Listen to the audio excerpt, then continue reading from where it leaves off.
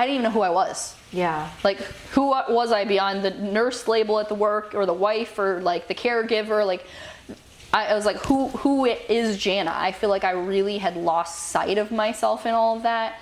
And that was kind of part of me picking up the pieces.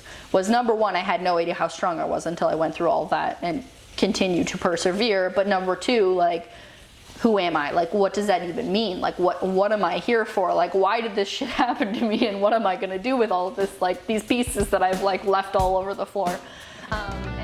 Welcome to Biggest Best Life, the podcast that dares you to dream big, live louder, and step fully into the rockstar life you are made for.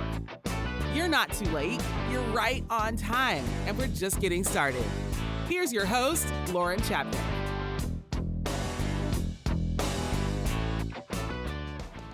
Hello, friend. Welcome back. You are listening to Biggest Best Life. I'm your host, Lauren Chapnick. I would like to introduce you to our guest, Janna Holterman. Today's interview brought me to Tampa, Florida.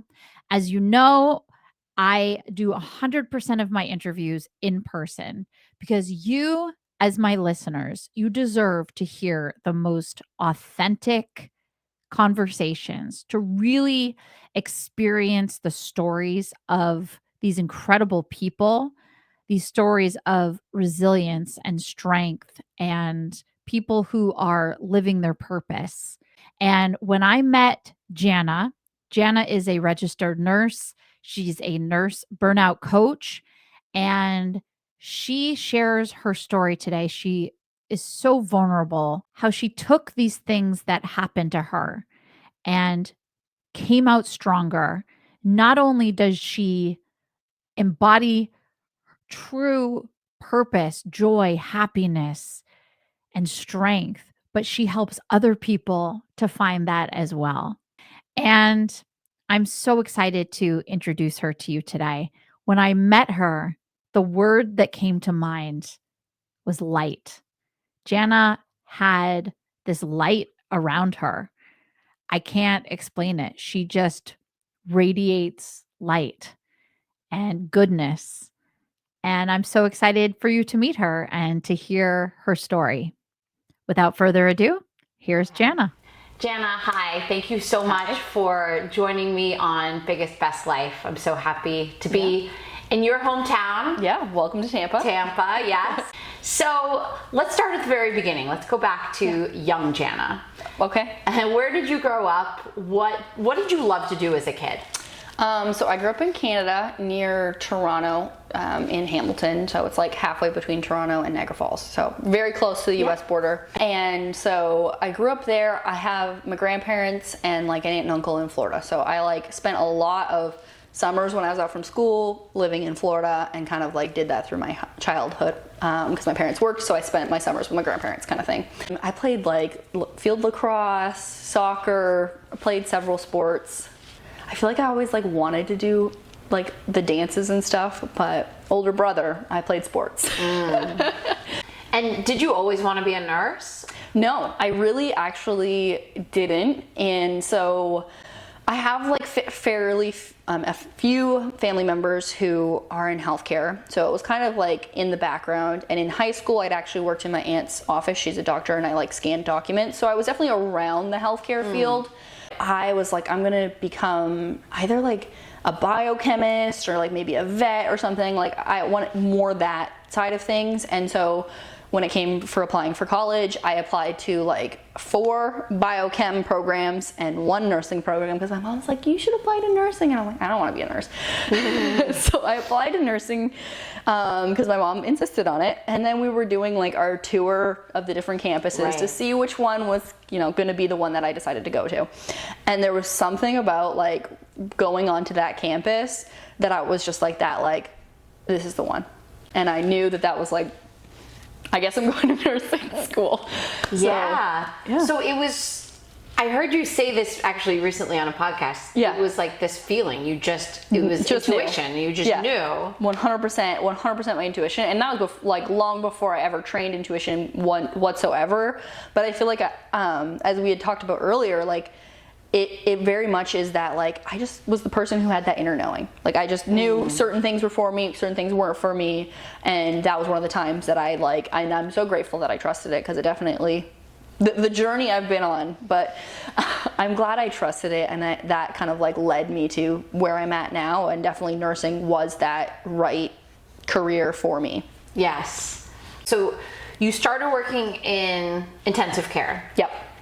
Still relatively a new nurse. Yeah. And then COVID happens. Yeah. How did that impact your life as a nurse?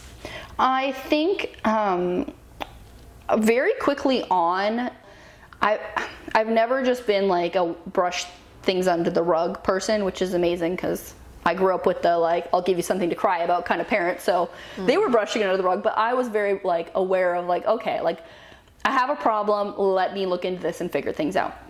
And so I had already like at that point been listening to podcasts and reading personal development books, and like I was so interested in that world that I already kind of had gone down this like life coaching rabbit hole and was already investing in that like knowledge and understanding.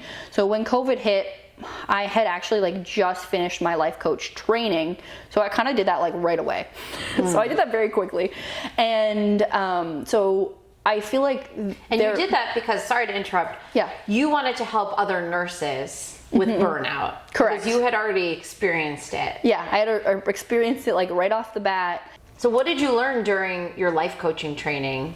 I really started on the journey of understanding that like I kind of created my own results, in that like if what I focused on, I created more of, like where like my thoughts created my actions, and my emotions, my thoughts created my emotions, which created the actions and how I show up in the world. And that was really what was creating the results in the world. I do think it's deeper than that now, but I do think that was so incredibly powerful because it really gave me the autonomy over my own life, and recognizing that I had power to change my circumstances, to change how I was feeling and move in a way that felt more aligned. It gave me a lot more sense of purpose and empowered me on what I was capable of in my life. So COVID hit.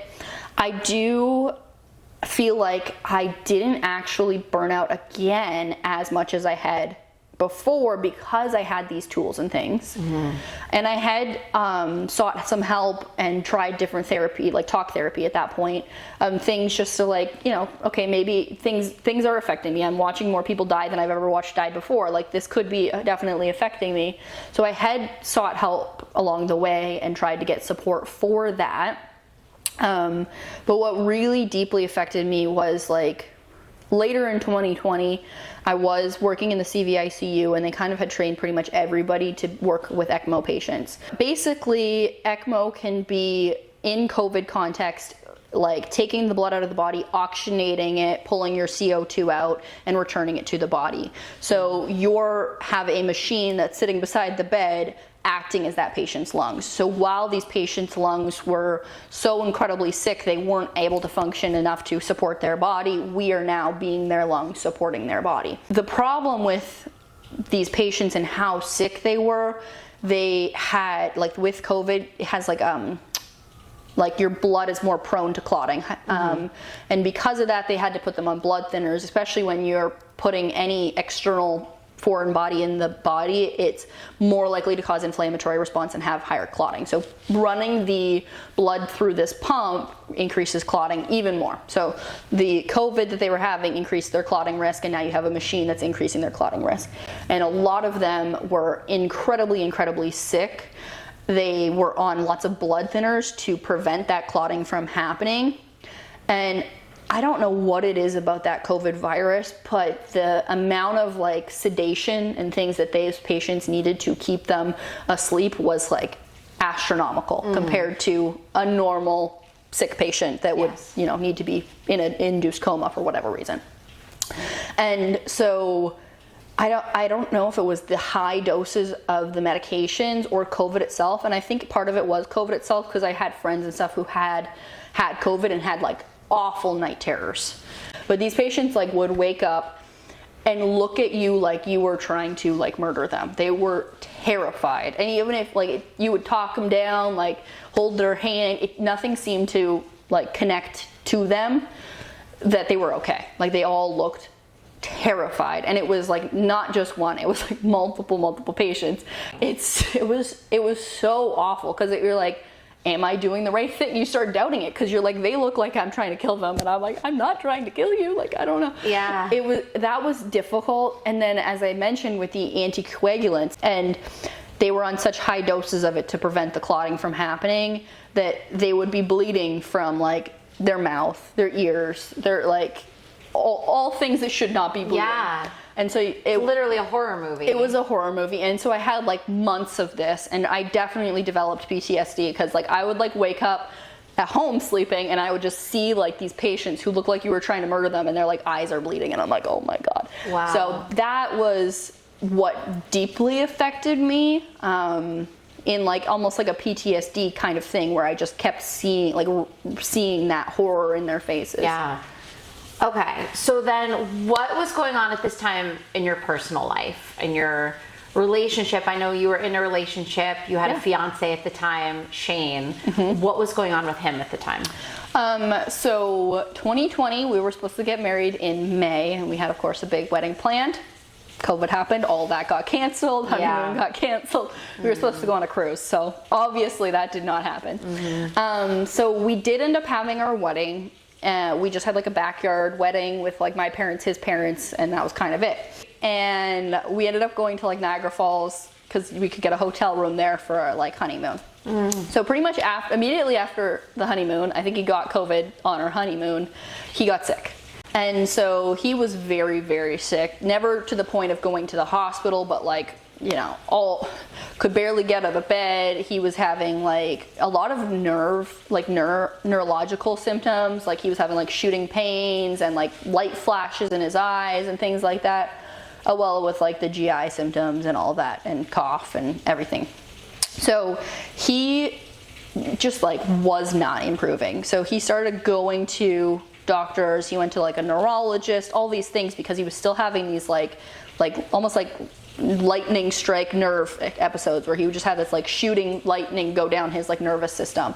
Was that something that happened with a lot of people? Or was it rare? I think it was very rare. I mean, I hadn't heard of that. People had like some things, but never, I don't know anybody else who had that kind of thing. And that was kind of like, he had CTs, MRIs, nothing showed anything that would logically explain why he was having these issues. So he was off of work for about 3 months, because he was just like, he was sleeping like 16 hours a day, could not function, couldn't get out of bed. If he was trying to do things, he was getting these like almost like migraine symptoms, and then these like shooting pains. Mm-hmm. So he really, really struggled. The thing that lasted even beyond those 3 months was the nerve symptoms that he was having, and he just had this like incredible paranoia, like this level of anxiety. Like he had like small mental health things before, but everything he had worked through, recovered from, nothing was long term. But like the level of paranoia that he had after having COVID was like next level. Like he like just little things would just set him off, and he'd be like, everyone's out to get me, and you're like, wow. So he had started getting some support. He had started some therapy. Since I was in the life coaching world, he started working with a life coach. And nothing seemed to quite help with the paranoia and anxiety, even the medications and things like that. But he was back to work. He finished his master's program. He was functioning enough to be able to finish his master's program, do his dissertation, and decided that, you know, he wanted to continue on with his career. So he started looking for PhD programs. So he continued to struggle and got significantly worse. His first semester of his PhD program, I kind of called it like the honeymoon phase of like, we were moving in a new place, we were going out, we were doing all these things, seeing new things. He had new friends, and I'm like, okay, everything is getting better. Like, you know, this was just a phase, we've moved past it. And things definitely did improve. He was going through the process of getting his green card here in the States, so he couldn't leave to go to Canada. And he couldn't go home for Christmas, and that like rocked his world because his family was very important. Christmas was very important. And so we did spend Christmas with my family who was here. But him not being able to go home for Christmas in 2021 kind of was like the beginning of the downhill slope for his mental health. At that point, the anxiety and the paranoia was still there, but he just became like severely depressed. And it just continued to worsen and worsen and worsen. We tried everything. Like, he started to suffer from insomnia. We tried so many different kinds of meds to help him sleep. We tried different like anxiety, depression medications, all kinds of different things. Nothing seemed to help. Every pill seemed to make him worse rather than better. My family came down like for a week at a time. I had like my brother came, my mom came, like my parents came together. His family came down. His parents had come together. His mom had come separately. Like, everybody in both of our families were trying so hard to support him and give him all the tools and resources. And I really, truly felt like we tried everything. Like, we really tried all of the things that we knew we could do at that point in time. Yeah, of course. And what was that like for you to give just so much of yourself at work, especially so soon? I guess COVID was still going on. Yeah. And come home and then give so much of yourself at home. Like, what happened to you? And were you able to care for yourself during that I time? definitely feel like all of the things that I had learned to do for myself through like the life coaching slowly and gradually started to like fall off, because I felt like I was doing so much, like working the 12-hour shifts at work and then coming home and like worry, like, I mean, even when I was at my 12-hour shifts, I'm like, is he okay? Like, especially if there wasn't somebody taking care of him, because he had also ended up taking a leave of absence from school because he could not function to do his program. And so if he was home alone, I was just like, what, like, is he okay? I'm worried all day long, texting him like constantly being like, check in with me, do this, do that. It was the next level, drained, exhausted, definitely burnt out more deeply than before. And there's just there's definitely a level of burnout when it's like you can't escape it.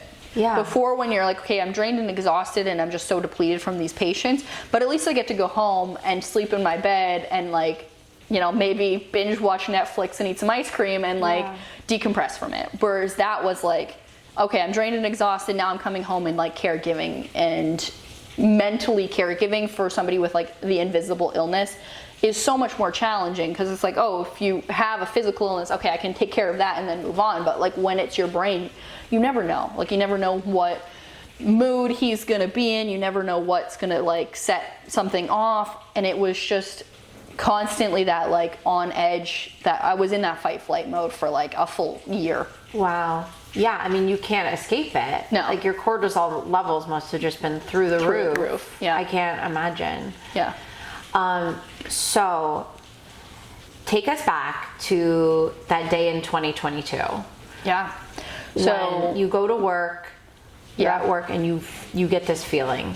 It was actually a day where I was like orienting another nurse, and I kept on like, you know, trying to teach her, and I kept on just like being so distracted. Like, I can't focus. Like, I'm trying to be a good instructor and I can't focus. And I was just like, there's something like that ickling, like, you know, that prickly on the back of your neck, like something bad is gonna happen. I got into like later in the afternoon, and then I was just like, something bad is like happening right now. Like, I just felt this like pit in my stomach where I was literally like practically in tears, and I like run out to the charge nurse and I'm like, I have to go. And she's like, what's wrong? And I'm like, I don't know, but like, can you go take over? Like, I need to leave this building right now. Before I had done that, I had actually called the neighbor who, they also had a dog, so we had kind of like gone on dog walks and knew each other pretty closely. I was just like, hey, can you go knock on the door? Like, that's all I asked. Like, can you go knock on the door? Just like, see if anybody answers. So they had gone and knocked on the door and nobody answered except the dog barked. So the dog barked, nobody answered. And that was kind of like that final, like, I gots to go feeling. So I had drove home probably very recklessly, but I made it, you know, pulled into the driveway, and I have no idea how I got here kind of like level of, and ran upstairs and, you know, got into that place, and Shane had taken his own life. Well, so I called the police. He had passed like hours prior. Like, it had been a long time. And being a nurse, like, I immediately kicked into nurse mode and started doing compressions on him, even though, like, it had been far too long to mean anything. And when the police arrived, they had like pulled me off of him because they could also see that I had been too long to mean anything. And I just remember the police officer being like, you know, like, he's gone. And I was like, I just couldn't be the one to say that. Like being a nurse, I know that, but I like that logical part of my brain couldn't. So like, I think I did CPR on him for like 25 minutes. It was. Yeah. I'm so sorry. Thank you. Yeah. So, how did you start to heal? How do you pick yourself up from the PTSD of COVID and the hospital and then losing the love of your life? What were some things that you did to get yourself to where you are now? So the first couple of days were just like, you don't even know where to start. Like, it's just like that level of devastation and grief. So after Shane had died, one of my best friend here in Tampa, she was like, you need to go to therapy. And I was like, okay, like, I've had bad experiences with therapy, like, it didn't help, but like, this is kind of major, I probably need to go to therapy. And thank God she did the research for me, because I don't think I had like the mental capacity to do that. And so she found somebody in Tampa, and actually ended up working remotely with her, but she is in Tampa, and she does EMDR. So there's different versions of it, but basically like, it's binaural connection, and it helps you process traumatic PTSD things or traumatic things that have happened. Some of them, it's like watching a dot move on a screen. Some of them, like, it's sound moving back and forth, or some of them you're like holding things that like vibrate in hand to hand, depending on the kind of modality that therapist used. But basically, this therapy is designed to help you go back to that situation and then actually like process the information moving from like the right side of your left side of your brain, and actually like work through it and move past it, so that I could think about those things without it like literally just bawling my eyes out. Because if I even shared my like 2 seconds of my story, I'd just be like a weeping mess kind of thing. Whereas going through all that therapy, I can share the story, I wouldn't say comfortably, but like without it being devastating. Like, so that's really, I feel like, the thing that helped the most at that early stage. EMDR is what it's called. I should have like looked. I always forget the. No, that's okay. So you're reliving. You have to live through the moment again. Yes, in your brain, but then you're looking at a screen. Either looking at it or like feeling the sensation or hearing the sound, depending on the method that therapist used, and it helps you like actually process it and move past it, process the emotions and things like that. So it's not like an avalanche every time you open the closet door. So it and there's also components of it to calm your nervous system and things like that. So you create this like feeling of safety in your nervous system, and then you process it, and then you come back to that feeling of safety, and it does literally rewire your brain when you're looking at those situations. And so that was so helpful. So I mean, all this work you've done on yourself, and you love your nursing career. Yeah.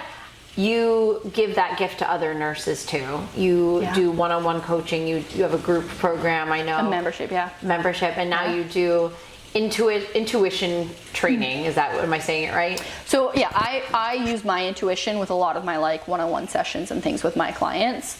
And that's just been an incredibly powerful thing. I believe all of our like traumatic things that have happened to us happen for a reason. And going through all the things that I've been through really helped me grow into actually who was I. Because I feel like after Shane had died and I had gotten over the initial trauma of that situation, I feel like I had given myself away to helping him for like a year and a half, 2 years at that point, that I didn't even know who I was. Yeah. Like, who was I beyond the nurse label at the work, or the wife, or like the caregiver? Like, I was like, who is Jannah? I feel like I really had lost sight of myself in all of that. And that was kind of part of me picking up the pieces. Was number one, I had no idea how strong I was until I went through all of that and continued to persevere. But number two, like, who am I? Like, what does that even mean? Like, what am I here for? Like, why did this shit happen to me? And what am I going to do with all of this, like, these pieces that I've like left all over the floor? And that journey kind of lasted from like 2022, probably all the way till like the end of 2023. Like, it was like a full like year and a half process of like, okay, who am I? What am I supposed to be here doing? What am I supposed to, like, why am I, like, why did I go through all this? Like, what now? And really picking up all those pieces. Yeah, and you did such incredible work on yourself. What would you say to somebody who is burnt out right now, nursing or any career? Yeah. What are some things that they can do to kind of get themselves to a better place? Honestly, it starts with recognizing that it's a problem, because I feel like so many of us are sweeping so many things under the carpet, and you know, we're overeating, over drinking, over shopping, doing all these things to try to make ourselves better, feel better, and it only lasts for 30 seconds, and then we're back to being with ourselves. Over and over and over again, I just see so many people, they're just not really pouring into themselves. They're not prioritizing themselves. We're giving to others. And that was exactly where I was at. It was like I was giving to my nursing career. I'm coming home and giving to my husband, and there's nothing left for me. And it's honestly impossible. Like, if your phone doesn't work at 0%, and yet we expect ourselves to work at 0%. So if it's even just figuring out, like, what is 1 hour that I could spend over this whole week. So maybe it's 15 minutes here, 15 minutes there. What is something that I could do that's authentically for me? And I mean, yeah, the self-care of like going for a bubble bath or getting your toenails done or something is great, but like, what is something that is just like you really genuinely loved at one point in your life? Maybe it was painting or playing music or just going for a walk and spending time in nature. Like, really, it starts with recognizing how important you are, and the more that you pour into yourself, the more that you can pour into others. And if you take care of yourself, number one, you're setting like an amazing example for everyone around you, especially if you have kids. Yes. But you're actually giving yourself that capacity to show up and be fully present. When you're in that state of burnout, you can't. It's completely impossible. You have no capacity. You can't be present. You're just going through the motions, numb to everything. Yeah, it's like a reset button. It's a recharge. Yeah. Like you're recharging your cell phone battery. Yeah. And so many people, they don't want to take the time to do their hobby. 100%. And I mean, there's so much like brain reprogramming. Like, our brains are neuroplastic, which basically means that we can reprogram our brains. And that is the deeper work that does take time. But if you were going to do something, prioritize yourself. Just 15 minutes there, 20 minutes there. It's the starting place to give you that energy, to have a little bit more momentum, to want to do that more work to get you to that place of feeling better. Yeah, that's really great advice. Yeah, I think that applies to everybody across the board, not just nurses. Tell me a little bit about your intuition training and how that plays a role in your coaching. Yeah, so I think most people can relate, but definitely like nurses have such strong intuition, and I was the same way with like, you could have a patient who has perfect vital signs, perfect blood work, and you're looking at them and you're like, something's wrong. And everyone would be like, what do you mean there's something wrong? They're like, there's something wrong with this patient. And they're like, but nothing tells you that. There's nothing logical about that. That is intuition. And it's the same with like moms who like, you're like, it's been quiet. And they're like, I know little Jimmy's like in the cupboard eating chocolate chips. Like, and then they go and they find out and that exact thing is happening. It's not generally logical, but they just know. And that's an inner knowing. It's an inner knowing, exactly. And that's basically everyone's intuition. Like, you could be walking down the street at night and get that like prickly, like somebody's looking at me, following me. That's your intuition.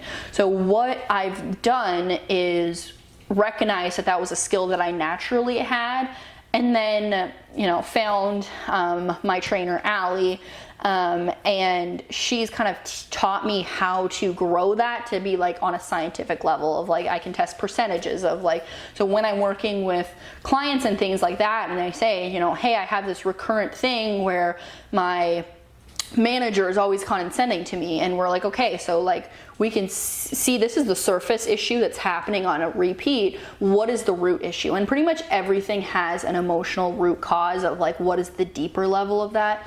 And with intuition, we can actually figure out what the root is and basically find their best way to shift that. So whether it be through some neuroscience reprogramming or like a somatic practice or a different thing, like actually the tools that are going to help them move past that the fastest. It really takes a lot of the guessing game that I feel like I had when I was doing straight life coaching out of it, and gets people results so much faster because it's like truly customized to them.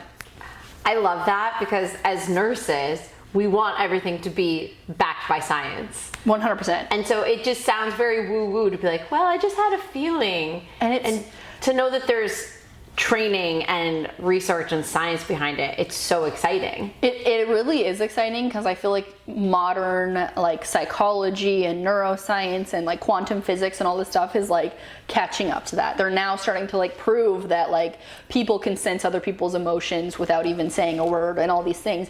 And it really is like we have our electromagnetic field, and it's really like telling everybody how to treat us. But then we're also looking at you, and if you're saying like, oh, this person's like kind of hunched forward and like they look a little sad, that's also telling my brain how to treat that person versus the person who's like shoulders back, like they look confident. Like all of these signals are so subconscious to our brain, but basically what intuition and things is doing is telling you how to pick up on all those and notice those different things. And I can tell you, you know, oh, this is how she thinks about herself because this is how she's carrying herself. This is what her energy is telling me, all these things.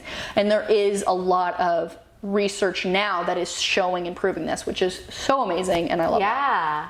Oh my gosh, I love that. So where can people find you? Yeah, so my website is literally just my name, jannaholterman.com. You go ahead and see I have a podcast you can access there. The one-on-one membership and the Radiant Nurse Essential membership is all through that. And then I'm pretty much across the social platforms, Instagram, TikTok, Facebook, YouTube, whatever, at Janna Holterman as well. Easy. And I will put all of that in the show notes. Before we close out with my 2 questions that I ask everybody, is there anything else that you wanted to share that we didn't cover? I don't think so. I feel like that was a well-rounded. Comprehensive. Yeah. Okay. So I will end with 2 questions that I ask all my guests. Yeah. Complete this sentence. Happiness is? Self-acceptance. Love it. Janna, what do you think it means to live your biggest, best life? I think it really is finding yourself and then being like bold and authentic to you, and really like living that path of like, yeah, it's going to be trial and error, but finding like, okay, I want to help people in this way. Trialing and erroring until you get there, and like each time it goes wrong, you learn something. Each time it goes right, you learn something, and really not being afraid to try things, to go out there and see like, yeah, this is like something that I'm interested in. Go after it. Yeah. Awesome. So your membership is called the Radiant Nurse membership, and that's so fitting. Yeah. I think you are such an inspiration because your light could have gone out with all of these things that have happened to you. Yeah. But I sometimes think that. I'm like, I could have turned to alcohol and drugs. I mean, I didn't. There's so many different things that you could have done, and I think people would have understood in a way, you know? You've been through it, but you've chosen to be a radiant light for everybody around you. And I think you are an inspiration. Thank you. I really appreciate that. Thank you so much for being here. Yeah, it's been an honor. I appreciate it so much. Awesome. Janna, thank you for sharing your incredible story, for being so open and vulnerable with me and with everybody listening. I can't tell you what a privilege it was to sit with you and spend time with you. And now to be connected with you, it is such an honor. I said when I first met Jannah, the word that came to mind was light. And how fitting that the name of her membership for nurses is the Radiant Nurse Essentials. You can't get much more perfect than that. So, everybody, thank you so much for listening. If you want to connect with Jannah, I have linked her website, her socials, and information. If you are a nurse who wants to join her Radiant Nurse Essentials membership community, I would highly encourage you because Jannah is an amazing person to work with. And we are all so honored to have spent this time with you today, Jannah. Thank you. That's going to do it for today, everybody. Thank you so much for listening. Remember, trust your gut, get off your butt, and I will see you the next time. Bye-bye. Thanks for tuning in to Biggest Best Life. If today lit a fire in you, follow, review, and share it with someone who needs the spark. And remember to text Best Life, one word, to 833-681-6463 to get Lauren's weekly dose of motivation straight to your phone. Now go out there, live boldly, love wildly, and never settle for less than your biggest, best life.